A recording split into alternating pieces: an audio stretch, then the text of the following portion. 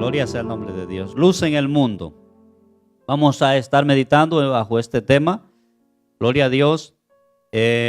¿Cuántos saben que Dios es el mismo de ayer, de hoy y por siempre? Amén. Dios no cambia, hermano. Dios siempre ha sido el mismo. Bendito sea el nombre de Dios. Solo que con diferentes planes que han transcurrido a lo largo de la historia para que el hombre pueda ser salvo, pero el mismo objetivo, que el hombre pueda ser salvado. Amén. ¿Cuántos son descendientes de Abraham por la fe? Amén. ¿Cuántos son descendientes de Abraham por la fe? ¿Y por la sangre? No, ustedes no, hermano. Por sangre no, por fe. Amén. Estaba pensando en eso porque no se sienta mal si no es por la sangre, porque recuerdo en la palabra del Señor, porque muchos sacerdotes se inflaron el pecho diciéndole a Jesucristo, nuestro padre es Abraham, dijeron ellos, porque claro, tenían linaje de Abraham por la sangre. Y el Señor les dijo algo que estremeció sus cimientos. Y les dije, si vuestro padre fuese Abraham, las obras de Abraham hicieses, le dice el Señor. Pero más vuestro padre es el diablo, porque las obras del diablo son las que ustedes hacen. O sea, estos que reclamaban, ¿verdad?, la paternidad de Abraham, resultan ser hijos del diablo. Pero no sea que nosotros también, aunque sea por la fe, estemos reclamando la paternidad de Abraham y seamos también hijos del diablo. Porque puede acontecer lo mismo. Y a mí me sorprende esta parte porque Dios escoge a Abraham. Dios ve a Abraham como una luz de esperanza para un mundo caído, oscuro, un mundo que necesita, ¿verdad?, salvación. Y Dios ve a Abraham y escoge a Abraham para llevar un plan y un propósito. Abraham es el primero, por eso se le dice padre de la fe. Es el que comienza el proyecto de salvación. De Abraham viene todo eso. Abraham no solo es padre de la fe porque superó la prueba más grande de la fe, porque normalmente se usa Abraham en los mensajes, en las enseñanzas, en las predicaciones acerca de solo esto. Él es padre de la fe. Hablamos de Abraham a través de Isaac, de que iba a sacrificar a Isaac. Por eso. Pero hay algo más en Abraham. Hay algo más. Y Dios no escoge a Abraham porque Abraham sea alguien súper especial. Dios escoge a Abraham con un propósito. Quiero que tenga en mente esto alrededor de todo el mensaje. Salvación. Amén. Salvación. Dios escoge a Abraham con este propósito. Y mire lo que dice la palabra del Señor. En el libro de Génesis, capítulo 18, puede guardar ahí su Biblia, más prestar atención acá. Mire lo que dice, porque Dios promete a Abraham, escoge a Abraham Dios y le promete un hijo, todo eso lo sabemos, Isaac. Y no solo le promete un hijo, le promete descendencia, ¿verdad? Como la arena del mar, como las estrellas del cielo, ya todo eso nosotros lo sabemos de más. Pero hay algo curioso aquí en el Génesis capítulo 18, verso 16, donde estos tres varones que aparecen a Abraham, se le aparecen para confirmar el pacto que Dios hizo con él, ¿verdad? Y en este capítulo 18, estos llegan a confirmar y le dicen a Abraham que en un año ya él va a ser padre de Isaac. Y llegan y pues ya saben todo eso, que come con ellos Abraham les ofrece, ¿verdad?, productos lácteos y toda esa cosa y come con ellos. Pero pasa algo en el verso 16 ya cuando ellos se van a marchar, y esta es la parte que quiero que entremos en el mensaje. Ya cuando ellos se van a marchar, dice el 16, y los varones se levantaron de allí, o sea, ya se iban, y miraron hacia Sodoma, y Abraham iba con ellos a acompañarlos. Y Jehová dijo, encubriré yo a Abraham lo que voy a hacer. ¿Estamos aquí? Habiendo de ser Abraham una nación grande y fuerte, y habiendo de ser benditas en todas las naciones de la tierra, porque yo sé que mandará a sus hijos y a su casa después de sí, que guarden el camino de Jehová haciendo justicia y juicio, para que haga venir Jehová sobre Abraham lo que ha hablado acerca de él.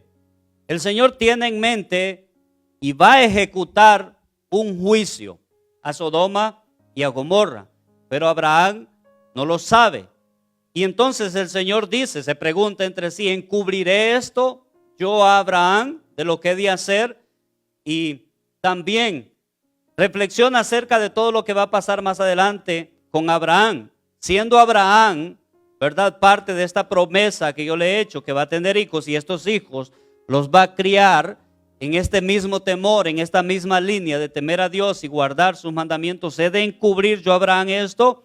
Y el Señor declara a Abraham lo que va a hacer. Le dice que va a destruir a Sodoma y a Gomorra. Es que Dios, hermano, el propósito de Dios con nosotros, sus hijos, es declararnos todas las cosas que Él va a hacer. Él no encubre nada a sus hijos. Y esto, hermano, esto no ha cambiado desde el principio. Dios ha declarado todas las cosas que va a hacer. Solo es que cambian de forma. Por ejemplo, nosotros bien sabemos que el mundo va a tener un final, ¿verdad? Sabemos que el juicio va a caer. Es más, la palabra dice en ciertas partes que va a ser más tolerable el castigo para Sodoma y para Gomorra, hermano. O sea que la ira de Dios se va a manifestar de la misma manera. Ahora bien, Abraham, cuando recibe la información de que Sodoma y Gomorra van a ser destruidos, Abraham inmediatamente piensa ¿en quién? ¿Estamos acá, hermano? Piensa en Lot. En Lot. Él sabe que Lot está en medio de esta ciudad.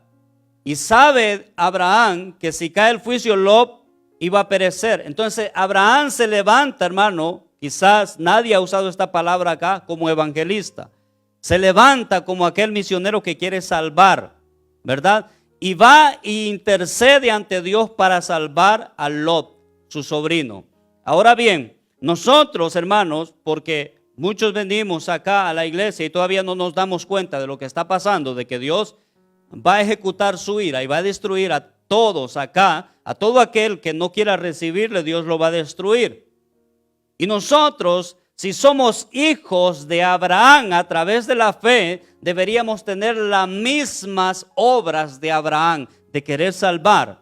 Y para empezar, los primeros que tenemos que nosotros salvar es a nuestra familia. ¿Estamos acá? Abraham intercede por Lot. Y entonces Dios salva a Lot, manda a sus ángeles que rescaten. Miren esto, porque piensen más allá en lo espiritual.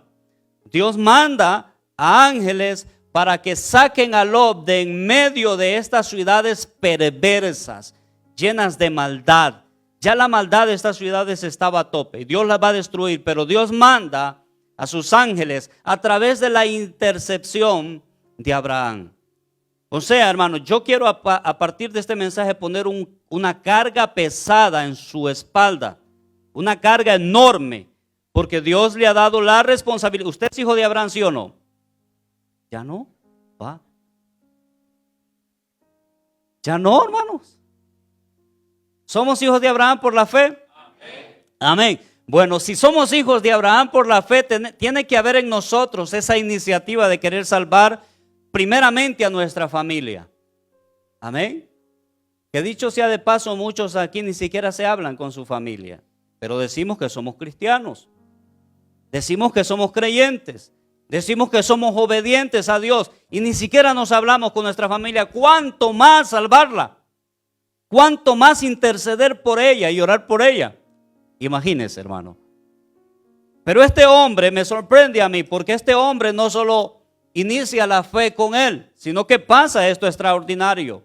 El juicio es igual al juicio que va a venir. Y dice aquí: porque yo sé que mandará a sus hijos y a su casa después de sí, que guarden el camino de Jehová, haciendo justicia y juicio, para que haga venir Jehová sobre Abraham lo que ha hablado acerca de él. Y dice el 20: entonces Jehová le dijo: por cuanto el clamor contra Sodoma y Gomorra se ha aumentado más y más, y el pecado de ellos se ha agravado en extremo, que es la misma causa por la que Dios va a destruir todo, descenderé ahora y veré si han consumado su obra según el clamor que ha venido hasta mí, y si no, lo sabré. El Señor le declara a Abraham. Abraham ya sabe lo que va a pasar. Y mire, y se apartaron de allí los varones y fueron hacia Sodoma, pero Abraham estaba aún delante de Jehová. Abraham sabía lo que iba a pasar. Abraham ya era consciente de lo que iba a pasar.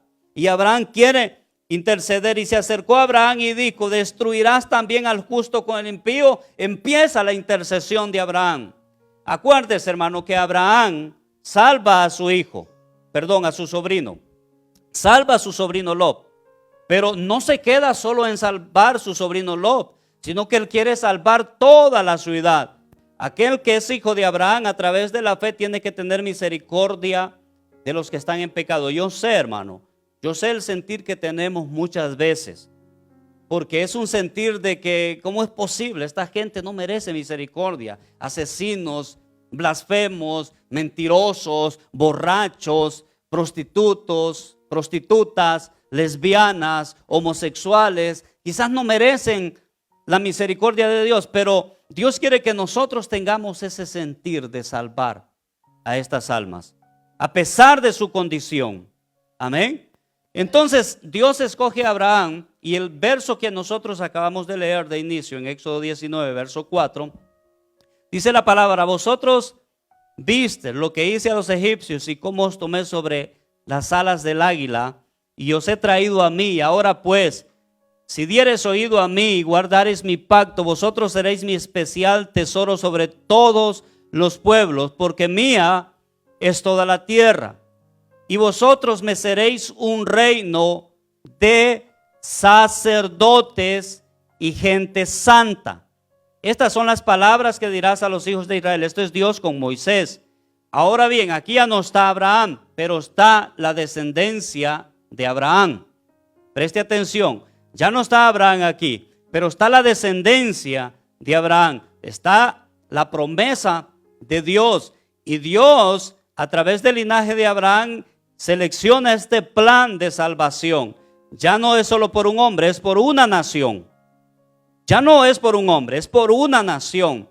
Seréis un reino de sacerdotes y gente santa. Dios les asigna una responsabilidad a la nación de Israel para traer esperanza a este mundo caído, a este mundo de pecado, lleno de contaminación. También se repite en Deuteronomio 7, verso 6. Porque tú eres pueblo santo para Jehová tu Dios. Jehová tu Dios te ha escogido para hacerle pueblo especial, más que todos los pueblos que están sobre la tierra. Dios escoge esta nación, hermano, como un faro, como una luz de esperanza, ¿verdad? Quiero que presten atención a esta parte. No por ser vosotros, esta es otra cuestión, no por ser vosotros más que todos los pueblos. Os ha querido Jehová y os ha escogido, pues vosotros eras los más insignificantes de todos los pueblos. O sea, no es que ustedes son seleccionados porque son guapos o porque sean la gran cosa, no. Más bien porque eran lo peor, eran los más insignificantes. Esto me suena conocido a lo que dice 1 Corintios 1:25, de lo más vil y menospreciado escogió Dios para avergonzar a lo que es, ¿verdad? Para avergonzar a los sabios escogió lo más necio. Diga conmigo, necio. Nosotros éramos lo más necios. Si usted está aquí, es hijo de Abraham a través de la fe, y si siente que Dios lo ha llamado, usted era lo peor. Así que de ninguna manera puede en nuestro corazón crecer un sentido de superioridad solo por ser hijos de Dios. De ninguna manera. No puede haber en nosotros eso. ¿A qué voy con todo esto, hermano? Que el pueblo de Israel lo tomó así como yo lo estoy diciendo. Como fueron seleccionados por Dios, ellos, hermano, distorsionaron esta parte. y se apartaron del mundo y se encerraron en una esfera, ¿verdad? Porque a partir de afuera de esa esfera todo era algo que los iba a contaminar, algo que los iba a ensuciar. Cuando deberían de ser la luz para los de afuera, se encerraron en esta esfera, ¿verdad? De perfección. Y claro, Dios llama a sus hijos a la perfección, pero la perfección y la santificación no es apartarse del mundo, sino apartarse del pecado. No es apartarse de las personas, sino apartarse del pecado. Este es el trabajo de santificación que Dios nos ha dado, hermano. Amén. Y este pueblo llegó a cometer este error. Dios los selecciona, pero ellos se encierran en esta parte. Y, hermano, habiendo de ser un pueblo que lleva esperanza, se convierte en un pueblo que solo entre ellos, ¿verdad? Ellos no querían tocar nada de lo externo, porque si tocaban, hermano, algo de lo externo se convertía en algo inmundo. Ellos llamaban a lo de afuera gentil, lo llamaban sucio, ¿verdad? Porque ellos con su tradición y todo esto, porque tomaron a mal la elección de Dios para ellos, se encerraron en esto. Y prueba de ello, hermano, hay muchos pasajes en la Escritura. Por ejemplo, ¿cuántos recuerdan en Lucas 10:25 el buen samaritano? El buen samaritano, hermano. Fíjense que dice la palabra que el Señor narra, porque a él le pregunta quién es mi prójimo. Y el Señor dice que una persona descendía de Jerusalén y cayó en manos de ladrones. Y dice que pasó un publicano, ¿verdad? Y no le hizo caso. Y pasó un sacerdote y también no le hizo caso. ¿Por qué no le hicieron caso al que estaba tirado? Porque al ellos tocarlo, se ensuciaban. Al ellos tocarlo, levantarlo, ellos se sentían contaminados. De hecho, no solo no lo auxiliaron, sino que se trataron de alejar. Eso es lo que narra la palabra de Dios. Se trataron de alejar de esta persona, hermano, que en verdad necesitaba ayuda. Ver lo que es entender mal el concepto que Dios ha hecho para nosotros, lo de la santificación. Porque eso es lo que pasa también ahora en el pueblo de Dios. Lo que hacemos es apartarnos de todo lo que está pasando afuera. Nos apartamos porque nos podemos contaminar, nos podemos ensuciar. Y ¿sabe qué? El Señor les da una lección cuando le hacen esta pregunta. Porque pasó un samaritano que se supone que era gentil, que esta gente es gente sucia y todo esto, es el que tiene misericordia de aquel que está caído en el suelo. Y es el que lo levanta y el que lo lleva al mesón y el que le sana las heridas. Entonces el Señor le devuelve la pregunta: ¿quién crees de los tres hizo misericordia? Y fíjese que ellos no querían ni siquiera mencionar a las personas. Hubiese dicho el samaritano, pero no quiso decir eso, sino que dijo el que tuvo misericordia, dice, porque ni eso querían pronunciar. Tan encerrados estaban, hermano, en sus conceptos y en sus ideas, igual que hoy en nuestras formas de culto y todo eso, hermano. Yo le aseguro que si entra alguien aquí, hermano, diferente a lo que nosotros tenemos en mente, si entra alguien medio extraño aquí, todos lo voltean a ver. Todos se quedan y lo escanean, ¿verdad? Porque estamos como en una religiosidad. Estamos exactamente caídos en el mismo punto que cayó la nación de Israel. Acuérdense que ellos son seleccionados para luz del mundo, nosotros también. Pero también hemos tomado la misma orientación que ellos y nos hemos ido apartando de aquellos que tienen necesidad. ¿Cuántos me siguen?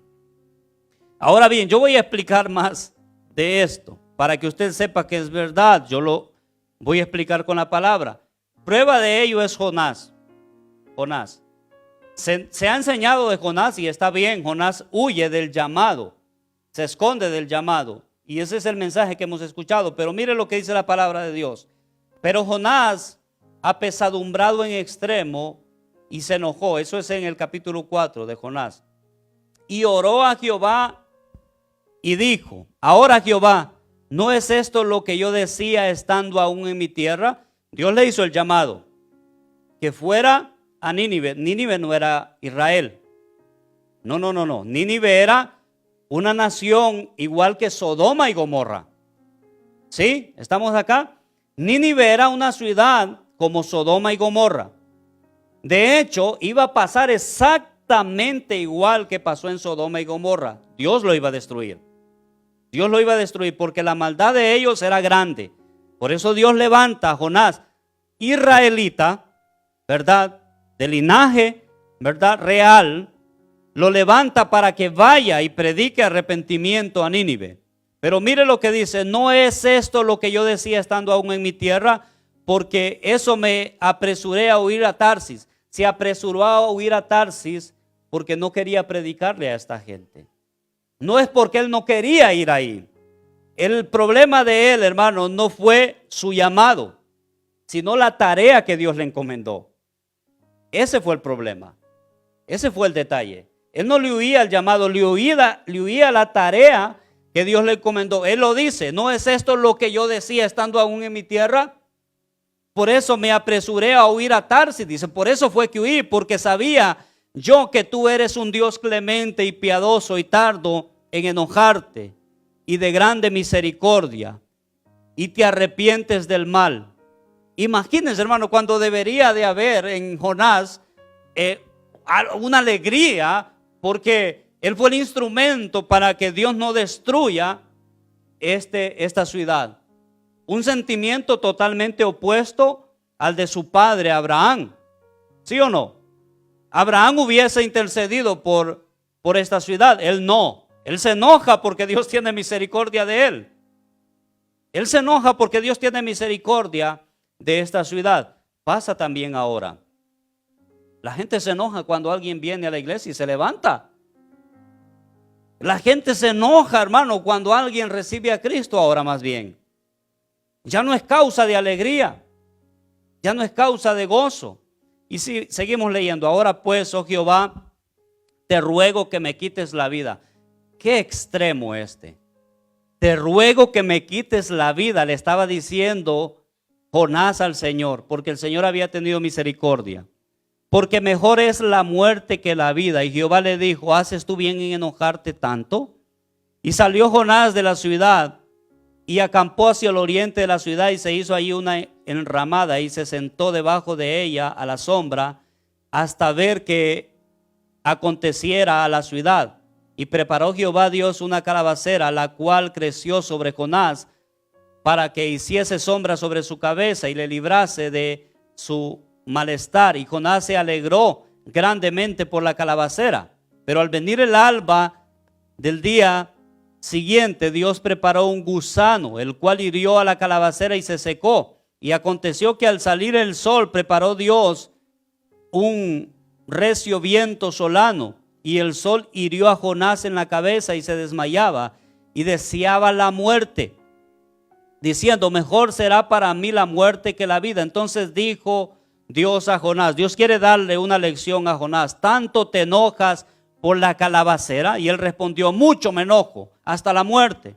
Y le dijo Jehová: tuviste la misma lástima, de la calabacera. Tuvo lástima de la calabacera, pero no tuvo lástima de la ciudad. Imagínense qué mal a qué estado puede caer una persona, hermano. ¿A qué estado? Acuérdese que este es un profeta. Este es un profeta. Amén. Y dice: en la cual no trabajaste, ni tú lo hiciste crecer, que es que en espacio de una noche nació y en espacio de otra noche pereció. Ahora viene la lección del Señor: ¿no tendré piedad de Nínive, aquella gran ciudad donde hay más de 120,000 personas que no saben discernir entre su mano derecha e izquierda, y muchos animales? Este es Dios, un Dios de misericordia. Esta parte donde dice que no saben distinguir ni entre mano derecha ni entre mano izquierda, es que no saben el bien ni el mal. Ellos no saben nada, ¿verdad? Y el Señor le dice: ¿no tendré misericordia de estas ciudades que no saben distinguir entre el bien y el mal? Dios tiene misericordia, hermano. Dios tiene misericordia entre todas esas personas que están afuera, que no saben distinguir entre el bien y el mal. No saben. Pero nosotros estamos para ir y hacer el trabajo de Jonás. Ir y predicarles la palabra del Señor.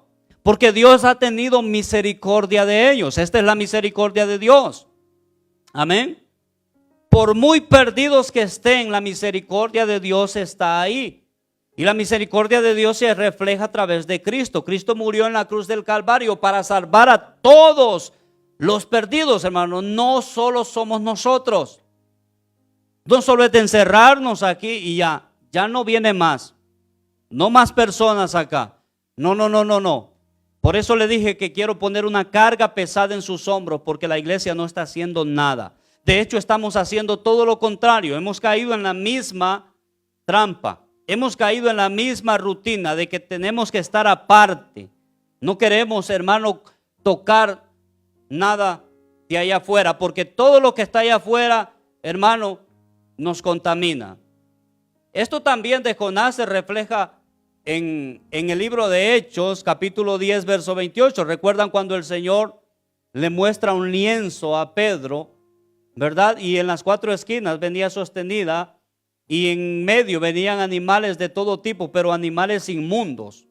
Cuando digo animales inmundos, es animales que no se podían comer. Quizás venían ranas, pichetes, quecos, todo ese tipo de animales. Y el Señor le dice, mata y come. Mata y come. El Señor le dice que mate y come, pero la enseñanza que Dios le quiere dar aquí a Pedro es que no hay nada inmundo. No hay nada inmundo. Que el Señor murió por todas esas personas, por muy pichetes que sean, por muy lagartijas que sean. Dicho en otras palabras, porque esos son los extremos. Por muy ladrón que sea, Dios murió por él. Por muy prostituta que se haya hecho, por muy mentiroso que se haya hecho, Dios murió por esa persona. Porque nosotros nos creamos en nuestra mente y decimos, no creo que sea salvo esta persona. ¿Qué sabe usted? ¿Qué sabe usted? Dios ha levantado, hermano. Bueno, Dios lo levantó a usted. Y según la palabra éramos peores. Éramos peores, pero Dios escoge lo peor para mostrar su poder, su gloria. Escoge lo peor para mostrar su gracia. Así que no se crea la gran cosa. De hecho, humíllese y sirva de ejemplo para que los demás vengan a Cristo. Amén. ¿Sí? Y esto pasa, hermano, en muchas partes. Encerrados en una burbuja, encerrados en una esfera y que no tengo nada que ver con lo que está afuera. Y este es el concepto que había y que estuvo, es más, que está todavía en los judíos. Miren lo que dice Pedro en el 10:28 y les dijo, vosotros sabéis cuán abominable es para un varón judío juntarse o acercarse a un extranjero. Esto lo dijo Pedro.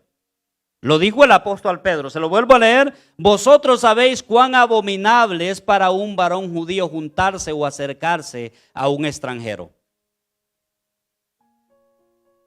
Este era lo que manejaban los israelitas, los judíos. No podían acercarse. De hecho, hasta la vez, si usted ve, ahí está en YouTube reportajes del pueblo de Israel, y va a encontrar ahí, métase ahí y diga judíos ortodoxos. Ellos no quieren ni siquiera que las personas de otras naciones pasen cerca de ahí. No quieren. Hermanos, ellos han entendido mal el mensaje. Por eso el Señor les dice, vuestro padre es el diablo, porque las obras de vuestro padre queréis hacer. Porque si fueran linaje de Abraham, las obras de Abraham hiciesen. Y Abraham es aquel que intercedía aún por aquellos que ni siquiera tenían esperanza. Aún por aquellos que aún ya estaban condenados por Dios. Dios iba a destruir esa ciudad. Y Él le intercede, Señor, hay 50 justos ahí, tú no destruyes la ciudad. Y el Señor le dice, si hay 50 no la destruyo. Si hay 10, llegó a 10, si hay 10 no la destruyo. Intercedió hasta el final, hasta donde ya no se pudo, hasta ahí intercedió Abraham. Si nosotros somos linaje de Abraham, vamos a interceder hasta el final para que las almas sean salvas, para que las almas lleguen a Cristo, para que encuentren salvación. Amén. Este es el Dios de Israel. Este es el Dios de Israel. Y este es el Dios que nos ha extendido ese llamado a nosotros. Amén. Nosotros estamos en este mundo. Juan 17:15 dice, no ruego, esto es Jesucristo orándole al Señor, no ruego que los quites del mundo, sino que los guardes del mal. Ese es el detalle. Que no ruega que nos quite del mundo, sino que nos guarde del mal. No son del mundo. Somos humanoides, hermano. Somos de otro planeta. Como tampoco yo soy del mundo, dice el Señor. Santifícalos en tu verdad, tu palabra es verdad. Como tú me enviaste al mundo, Él vino al mundo para dar ejemplo, así yo los he enviado al mundo. Así yo los he enviado al mundo. Repita conmigo, así yo los he enviado. ¿A dónde? Al mundo. El evangelio no solo está acá. El evangelio no solo está acá. Él nos ha enviado al mundo. Ahora bien, yo comprendo, porque hay que ver todas las partes. Yo comprendo a la nación de Israel en este sentido. Que Dios, hermano, no quiere que nosotros vayamos al mundo y nos convirtamos en los mundanos tampoco. Y quizás ellos, por el miedo a hacerse mundanos, a convertirse parte del mundo, mejor preferían estar lejos. Pero Dios quiere que nosotros nos santifiquemos para que cuando vayamos al mundo, esto no haga efecto en nosotros, sino que los del mundo se conviertan a nosotros. ¿Estamos acá? ¿Sí me entiende esa parte? Porque luego está aquí que no va a faltar alguien que diga, bueno, vamos para la disco a evangelizar. No, tiene que estar preparado, hermano. Tiene que estar preparado. Eso es lo que Jesucristo dijo. Y por ellos yo me santifico, dijo Jesucristo. Por ellos yo me santifico, para que también ellos sean santificados en la verdad. Amén. Primero tenemos que santificarnos, conocer bien el evangelio, conocer bien la palabra del Señor y luego ir al mundo. Porque cuando vayamos al mundo nosotros debemos de ser luz. Las tinieblas tienen que convertirse en luz. No la luz debe de apagarse en medio de las tinieblas. ¿Sí me entiende esa parte? Amén. No podemos tener miedo a que se apague nuestra luz. No. Eso nos va a encerrar en algo, hermano, que no vamos a expandir el reino de Dios. No vamos a llevar la palabra del Señor. Y déjese de complejo, hermano, es que me van a criticar. Jesucristo lo criticaron. Lo señalaron, se sienta con publicanos y come con prostitutas y con cobradores de impuestos. Dijeron eso de Jesús. Pregunte si le importó al Señor. Pregúnteme si dice la palabra que el Señor se puso triste y trató de esconderse de ellos. No, le dio igual, porque Él sabía su tarea, Él sabía su rol. Él vino a salvar a lo que se había perdido. Eso es lo que le dice a Nicodemo. Yo he venido a salvar lo que se había perdido. Entró a la casa de Nicodemo sin tener ningún temor a que se dijese lo que sea de él, porque él era un publicano y cobrador de impuestos. ¿Verdad? Así que no tengamos temor. Israel fue llamado y seleccionado para hacer luz en medio de las tinieblas, al igual que nosotros hemos sido llamados. No caigamos en el mismo error. Somos, para refrescarle la memoria, somos la sal de la tierra. Somos la sal de la tierra. Somos luminares en medio del mundo. Somos la luz del mundo. La palabra dice, una ciudad asentada sobre un monte no se puede esconder. O sea, una ciudad que está en una loma, es difícil que se esconda, está encima, está arriba. Así lo mismo, una luz que se enciende no se puede poner debajo de un almud, sino que se pone en el candelero para que ilumine toda la casa. Usted es luz, no tiene que estar abajo. Me parece que hemos metido a la luz debajo de la mesa. Estamos debajo de la mesa. No estamos alumbrando a nadie, ni siquiera a nuestra familia estamos iluminando con el evangelio.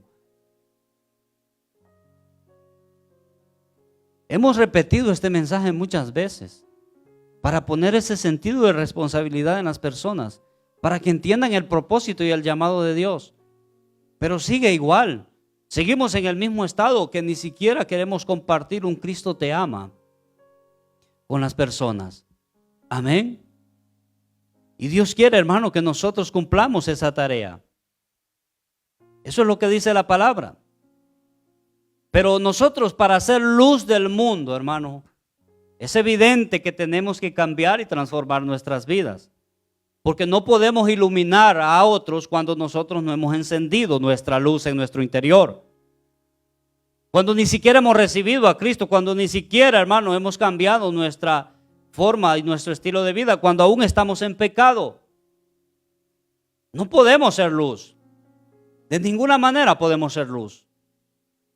Entonces, si queremos ser luz, tenemos que transformar nuestra vida. La palabra habla de varias maneras, habla de luz, pero también habla de frutos. Nosotros tenemos que dar frutos, hermano, en nuestra vida, de que Cristo está dentro de nosotros, de que Cristo mora dentro de nosotros. Esta analogía del fruto, hermano, es algo que todo el mundo puede entenderlo. Es como un árbol frutal que crece. Y cuando crece, extiende sus ramas y sale fruto. Dios quiere eso de nosotros. Que salga fruto de nosotros. Pero el primer fruto, el primer fruto que debe de salir de nosotros es el que dijo Juan el Bautista cuando hubieron 400 años de silencio, que nadie predicaba. Apareció Juan el Bautista, la voz que clama en el desierto, y dijo: haced frutos dignos de arrepentimiento. Es el primer fruto. Frutos de arrepentimiento. Pero ni eso hay todavía. ¿Cuánto más los demás frutos del Espíritu Santo? Amor, gozo, paz, benignidad, bondad, fe, mansedumbre, templanza. No está eso todavía, porque ni siquiera el primero hemos llevado a cabo en nuestra vida. Juan el Bautista les dio duro: haced frutos dignos de arrepentimiento, porque ellos aparentaban, esa generación aparentaba ser hijos de Abraham, ser la nación escogida por Dios, ser ese pueblo, hermano, de real sacerdocio, pero sus frutos decían otra cosa. Lo mismo hoy, presumimos ser la iglesia de Cristo, nos congregamos, compartimos la palabra, pero no hay frutos. No hay frutos. Debe de estar primeramente ese fruto de arrepentimiento. Amén.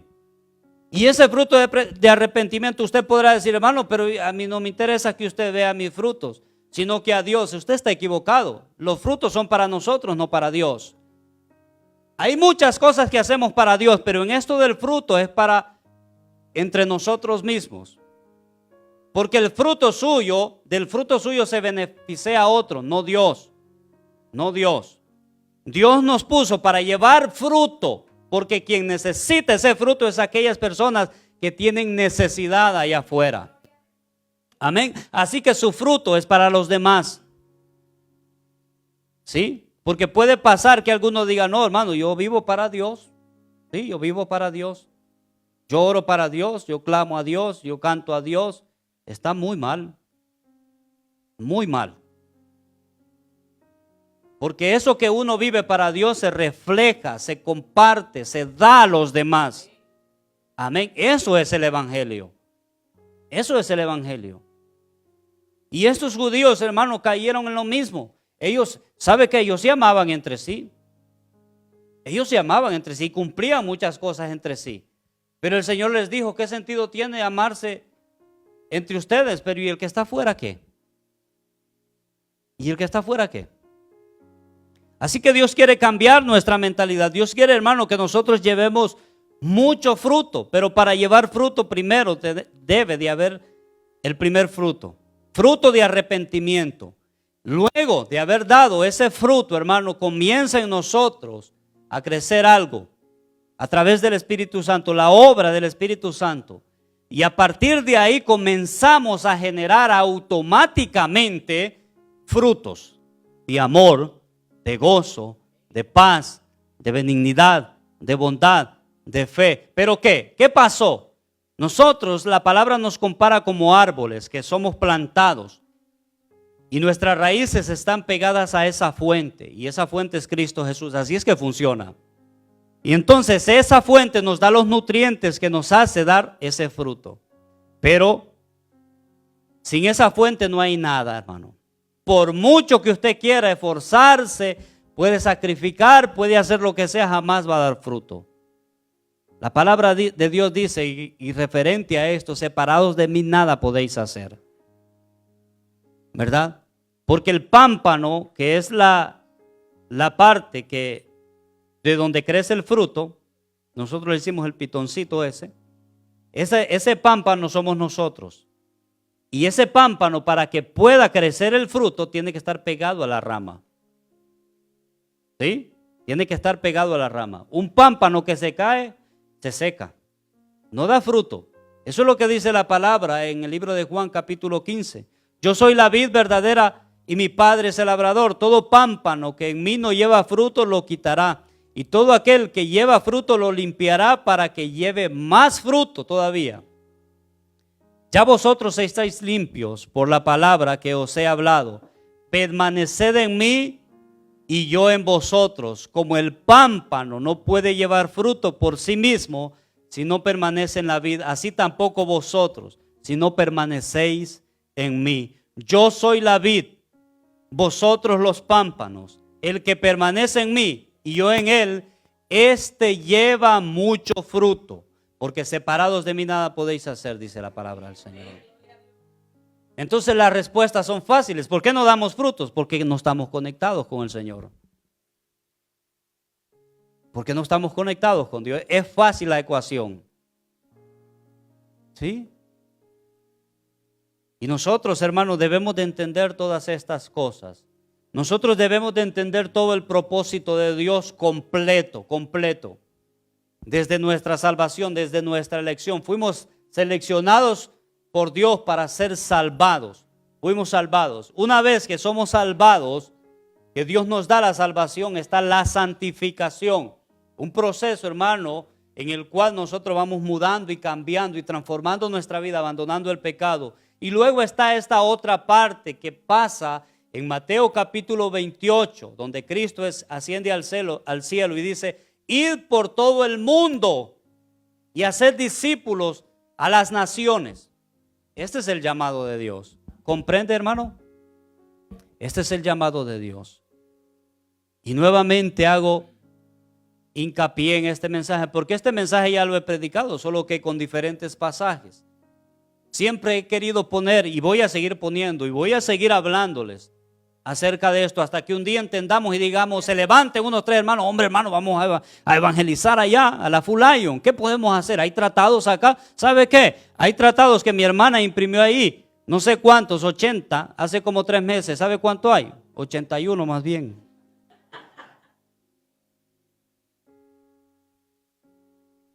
¿Tendremos misericordia, hermano? Nadie le hace caso a los tratados. Nadie. Dígame si estamos, ¿cuántos son hijos de Abraham?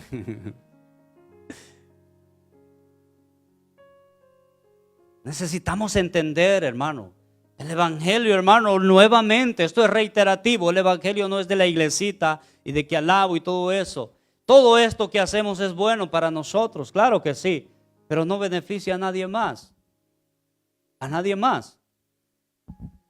Amén. Es hora de levantarse, hermano. Es hora de que la iglesia de Dios recobre vida y nos levantemos en fe, ¿verdad? Que no le pongamos, hermano, trabas al evangelio, sino que lo expandamos por todos los medios. La visión de esta iglesia, ¿cuál es? ¿Cuál es la visión de esta iglesia? Hacer de cada persona un discípulo de Cristo, que se conforme a la imagen del Señor Jesucristo. Y también está que el evangelio se expanda por todos los medios. Por eso está esa cámara ahí. Queremos tener una iglesia donde en el piso de arriba haya incluso radio y televisión. Y quizás algunos se rían de mí por la visión, pero eso es lo que hay. Porque queremos que el evangelio salga, hermano. Pero para eso tienen que haber personas que cambien, que transformen sus vidas, que hayan frutos de arrepentimiento, que el Espíritu Santo more en ellos y que quieran llevar el reino de los cielos. Amén. Póngase en pie y dele un fuerte aplauso al Señor.